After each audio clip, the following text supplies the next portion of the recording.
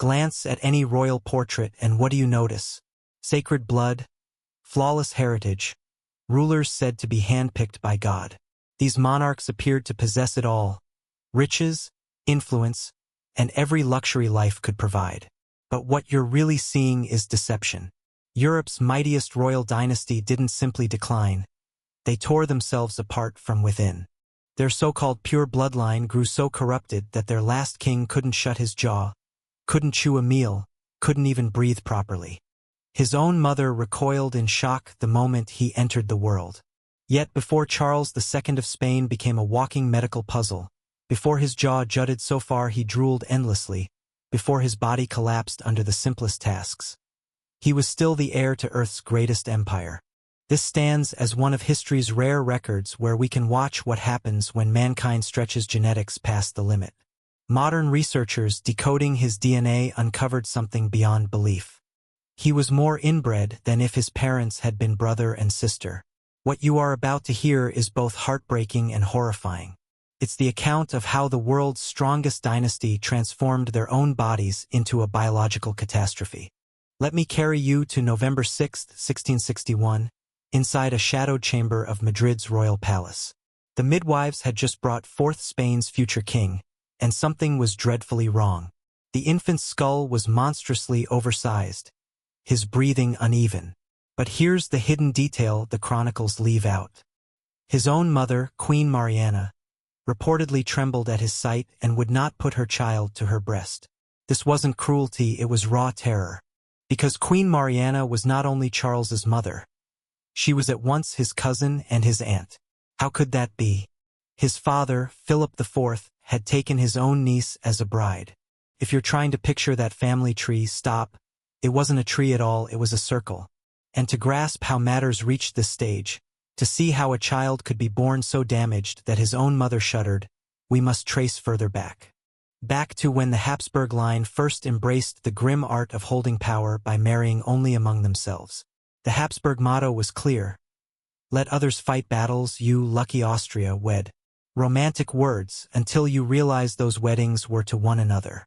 For nearly 2 centuries, Spain's Habsburgs joined cousins, uncles, nieces, and even double first cousins in holy union. They named it blood purity. Today's science names it genetic self-destruction. And now comes a number that will leave you stunned. More than 80% of Spanish Habsburg unions were between close kin. Not some far-off cousins seen at a reunion, but people who often shared the same grandparents, and sometimes even the same parents. By the time Charles II entered the world, all 8 of his great-grandparents traced back to one pair, Philip I and Joanna of Castile, every single one of them. Genetic testing today has measured Charles's inbreeding coefficient, meaning the fraction of genes inherited in identical form from shared ancestors at 0.254. To make sense of that, children born of brother-sister incest reach 0.25. Charles carried more inbreeding than a child of siblings, but statistics alone don't show the human toll. Let me paint a clearer image of what this meant for a living child. From the start, baby Charles couldn't nurse properly. His mouth already showed clear deformities. His skull plates failed to fuse, leaving his head swollen and oddly shaped. The royal doctors observed his weak sucking reflex and his constant struggle to feed. With no infant formula in existence, this was truly life-threatening. The wet nurses hired for him reported something unsettling. The baby rarely cried, not out of comfort, but because he seemed drained of energy. He would simply lie still, pale and limp, his oversized head rolling to the side, his breaths shallow and rattling. Spain's finest physicians were confounded. None had ever seen an infant so completely impaired. As months passed into years, the full scope of Charles's frailty became visible. And here the story grows even darker. By the age of 4, Charles still had not walked, not out of stubbornness, but because he was unable. His legs were thin like twigs, bent with rickets, incapable of holding his slight frame. Servants carried him in chairs designed especially for his weakness. The heir to Spain's throne had to be moved about like a baby. But worse was yet to come. At 4 years old, Charles also remained speechless, not a word escaping. His tongue, already abnormally enlarged, crowded his mouth. His jaw, that infamous Habsburg jawline, was jutting out. When his first words finally came sometime after his 4th birthday, they were slurred, wet, and impossible to grasp. Chroniclers at court politely noted that the king's speech needed interpretation. Let me explain what that really meant. Charles's tongue was so overgrown it constantly protruded. His lower jaw stuck out so far his lips could never meet. And when he tried to speak, streams of saliva spilled from his mouth. Royal servants kept silk cloths close at hand, wiping endlessly at the drool on the chin of the boy destined to be king, marked by the infamous Habsburg jaw. If you've never seen it, picture a normal skull, then pull the lower jaw forward several inches. Now picture the top jaw failing to keep up. The outcome? A mouth that never fully shut, teeth that never met, a tongue with no natural resting place. In portraits, painters tried to soften the deformity, showing Charles with lips parted slightly, as though speaking. But truthfully, his mouth remained open always, because it simply could not close. Foreign envoys meeting the young heir for the first time often struggled to keep their composure. One French ambassador, writing privately, confessed his shock. The boy's face, he said, was beyond description. Charles's jaw jutted so far forward that he seemed to wear 2 faces, one pushed in front of the other. At meals, food slipped out as he tried to chew. When he spoke, listeners stood back to avoid being sprayed. And food? God, the food. Charles could not chew at all. Think of what that means. For every meal of his life, Charles II had to gulp down food whole, like a pelican swallowing. His teeth, top and bottom, were separated by such distance they never touched. Dining at court turned into an exercise in adaptation. Meat was carved into tiny scraps. Vegetables were crushed into mush. Bread was steeped in wine until it melted. The English envoy Alexander Stanhope left one of the most graphic accounts. His Catholic Majesty swallows everything whole, for his jaw thrusts out so far that his teeth never meet.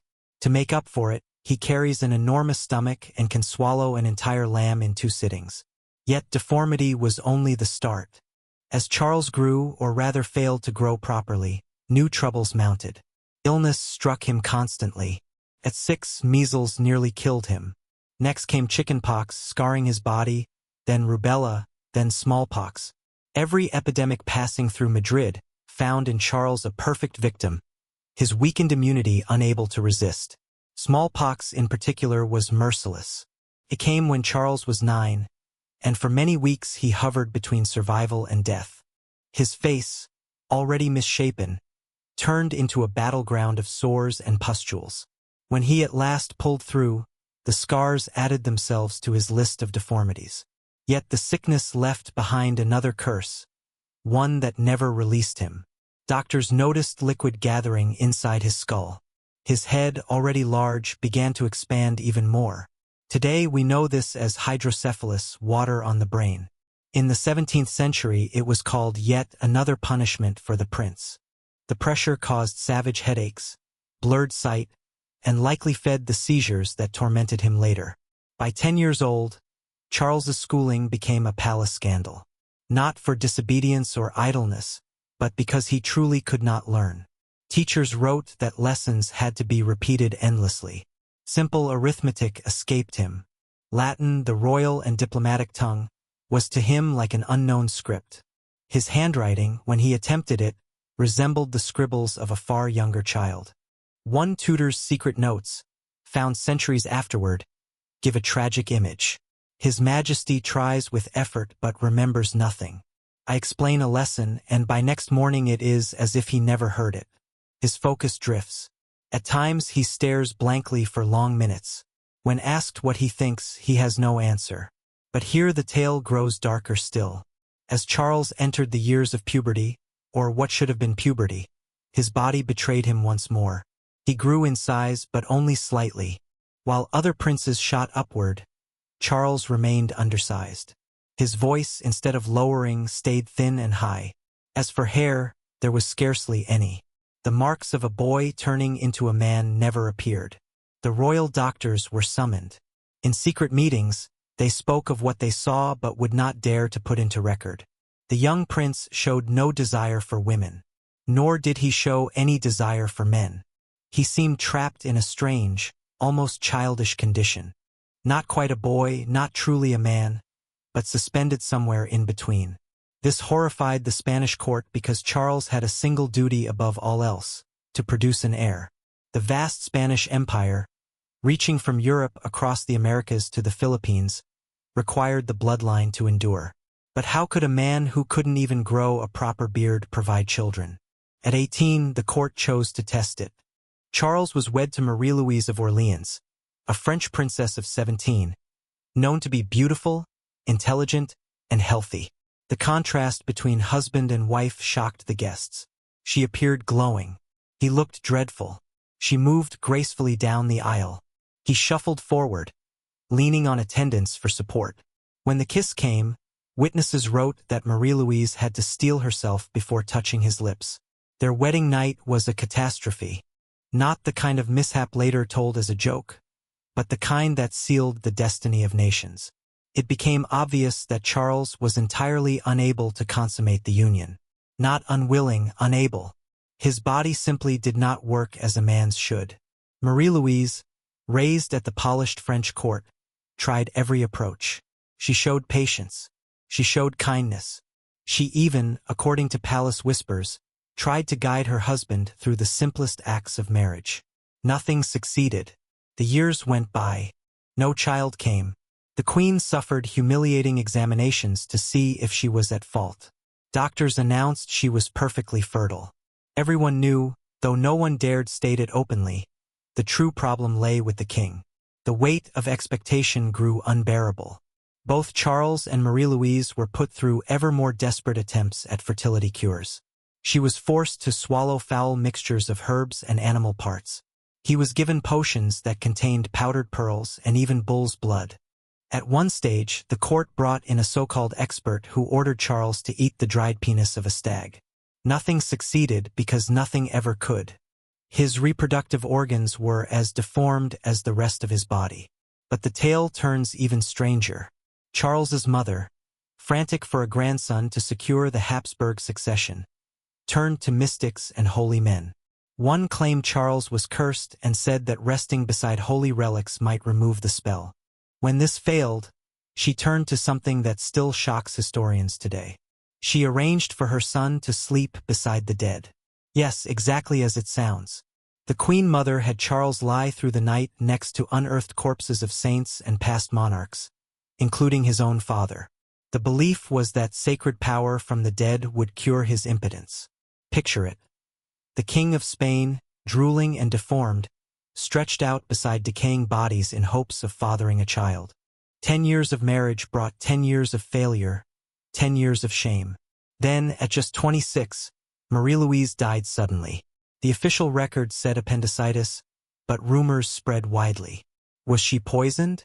Had despair led her to end her life? The truth will never be known. What is clear is that Charles was truly broken with grief. For all their struggles, he had loved her, perhaps the only soul who showed him real warmth. Within months, the demand for another marriage began. The council chose Maria Anna of Neuburg, a German princess from a famously fertile house. Her parents had produced no fewer than 17 children. Surely, advisors argued, such strong blood could overcome even Charles's condition. They were mistaken. Maria Anna, though from a healthy line, never bore a child. Not once. By then, Charles's health collapsed even further. Courtiers whispered that he looked like an aged man, though not yet 30. His hair began to fall out in clumps. His teeth, the few visible behind that jutting jaw, decayed and dropped away. He shuffled as he moved, when he was even able to move at all. The seizures struck in his 30s. Without warning, Charles would fall, his body twisting, foam mixing with the constant drool. When the fit ended, he often failed to know the people nearby. He spoke of ghosts he saw, of voices he heard, of unseen hands gripping him. The court grew horrified. Was their monarch losing his mind as well? The name El Hechizado, the Bewitched, gained a terrible weight. Many truly thought Charles lived beneath a curse. The Spanish Inquisition intervened. Exorcists were summoned. At one point, the king's own confessor was seized, accused of casting spells to worsen the monarch's state. The trial caused a scandal, though no rite or exorcism could undo genetic ruin. Charles himself believed in the curse. In rare clarity, he wept and asked why God punished him so cruelly. He wore charms, clutched relics, and endured strange cleansing rituals. Nothing brought relief because nothing ever could. His own DNA was the curse, inscribed in every part of him.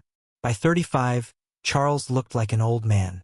Reports from his time are painful to read. His skin hung loosely on his thin bones. His jaw, already legendary, seemed even larger as the rest of his face wasted away. His head was bald, his scalp covered with sores. He could hardly walk, dragging himself a few steps before collapsing again. His speech, once strained, grew almost impossible to understand. Yet the worst was still to come. In his last years, Charles's mind failed quickly. He sat for hours staring into emptiness, drool soaking his clothes. When addressed, he often gave no reply. When he did manage to speak, his words drifted to demons and angels, to his late wife, to children he would never have. The monarch of one of the world's great empires was reduced to an empty shell. His end came in 1700. Charles was 38, not an advanced age by any measure, yet his body was failing completely. He could not eat even the soft food made specially for him. He could not stand without being lifted. He spent his last days propped up in bed, struggling for each breath, the pressure of his swollen hydrocephalic skull unbearable. On November 1st, after days of suffering, Charles II died. What followed shocked even the doctors who had treated him for years. The autopsy. Dear God, the autopsy. If the living king had seemed a horror of medicine, the dead body was a nightmare. The royal physicians, charged with embalming him, opened the corpse and recoiled. Their report, written in careful Latin but filled with horror, described a body that should not have kept alive as long as it did. His body contained not a single drop of blood. This was not a metaphor. His circulatory system had stopped entirely, the blood either clotted away or gone. His heart, here the grotesque detail, was noted as shrunken to the size of a peppercorn, blackened, and hardly recognizable as the organ meant to give life. His lungs were destroyed, described in terms that match massive scarring from repeated disease. Imagine lungs more like pumice stone than organs that could breathe. His intestines were reported as rotten and gangrenous. Parts of his gut had died within him long before death, explaining the torment he endured in his last years. But the detail that spoke most clearly, the one that confirmed what many suspected yet none dared write officially, was this: Charles had only one testicle, and it was black as coal. This single withered piece of dead flesh was all that remained of what should have been a man's reproductive system. It is no wonder he left no heir. It is astonishing he survived through adolescence at all. And his brain. Remember the giant skull filled with fluid? The physicians found it was indeed almost all water. Hydrocephalus had left almost no room for true brain tissue. That Charles could think, speak, and rule in any form was itself a medical riddle.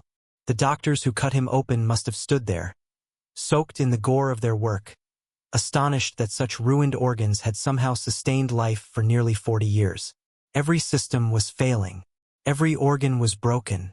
It was as though Charles's body had been fighting itself since the very moment he was conceived. Modern genetic research has revealed the reason behind this nightmare. Remember that inbreeding coefficient of 0.254? It meant that roughly 1/4 of Charles's entire DNA was made of identical gene copies. Inside those repeated codes hid the blueprint for his downfall. Scientists now think Charles carried at least 2 severe hereditary disorders. The first was combined pituitary hormone deficiency. His body failed to release the hormones essential for normal growth and development. This accounted for his short height, his failure to reach sexual maturity, his weak muscles, and his mental difficulties. His pituitary gland, the main regulator of the body's endocrine system, barely functioned at all. The The second was likely distal renal tubular acidosis. His kidneys could not balance his blood chemistry.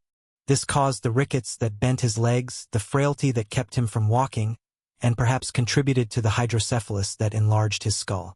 Either one of these illnesses would have been devastating. Together they brought on a chain of collapse throughout his entire body. Add the infamous Habsburg jaw, a genetic disorder known as mandibular prognathism, and the result was a perfect storm of inherited ruin. Some specialists even suggest a rarer explanation, a lysosomal storage disease called aspergillosis. People with it develop normally for a few early years, then decline. As adults, they show coarse facial features, intellectual disability, and short lives. The similarities with Charles are chillingly precise. But here lies the most terrifying truth. Charles was not a rare accident. He was the inevitable product of deliberate inbreeding. Of the 34 children born to the Spanish Habsburg line, more than half died before reaching 10. The dynasty was breeding itself into extinction, and Charles became the final, most extreme result. When Charles died heirless, it set off the War of the Spanish Succession, a struggle that redrew Europe. The mighty Spanish Empire, centuries in the making, fractured because one king's broken body could not father a child. The dynasty that had ruled Spain for nearly 2 centuries ended not with murder or revolution, but with a monarch so inbred that his own body destroyed him. The Bourbon house that followed the Habsburgs learned the warning. Royal marriages remained tools of politics, but the level of inbreeding that produced Charles II was never repeated. The terror of the Habsburg jaw, the grotesque findings of his autopsy, the sorrow of a king unable to chew his food, these became cautionary legends passed quietly through the courts of Europe. Charles II still appears in medical texts as the clearest case of genetic collapse. Students of genetics study his portrait and learn about inbreeding coefficients. His Habsburg jaw has become a symbol for the risks of closed bloodlines. In a strange way, his agony advanced our knowledge of heredity and the value of genetic variety. But behind the medical lesson, beyond the politics, stood a man. Charles II lived each day inside a body that betrayed him. He faced constant pain, humiliation, and the awareness that he failed in his most basic duty as monarch. They mocked him as the bewitched, though his only curse was his ancestry. In his last letter, spoken aloud because he could no longer write, Charles wished for the peace in death that life had always denied him. For a man who had suffered 40 years of mental and physical torment, propped up on the throne like a broken puppet, death must have looked like kindness. That portrait I spoke of at the beginning? Today it hangs in the Prado Museum in Madrid. Visitors stop before it. They are struck by the deformities, which even the royal painter could not conceal. But now you know the truth behind that canvas.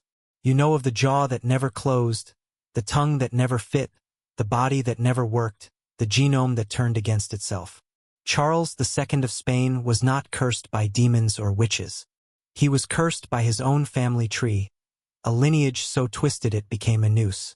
His life remains perhaps history's clearest warning about the peril of genetic isolation.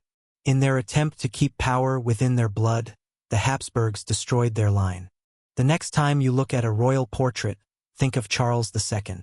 Remember that beneath the crowns, the scepters, and the glory, it is always biology that has the last word.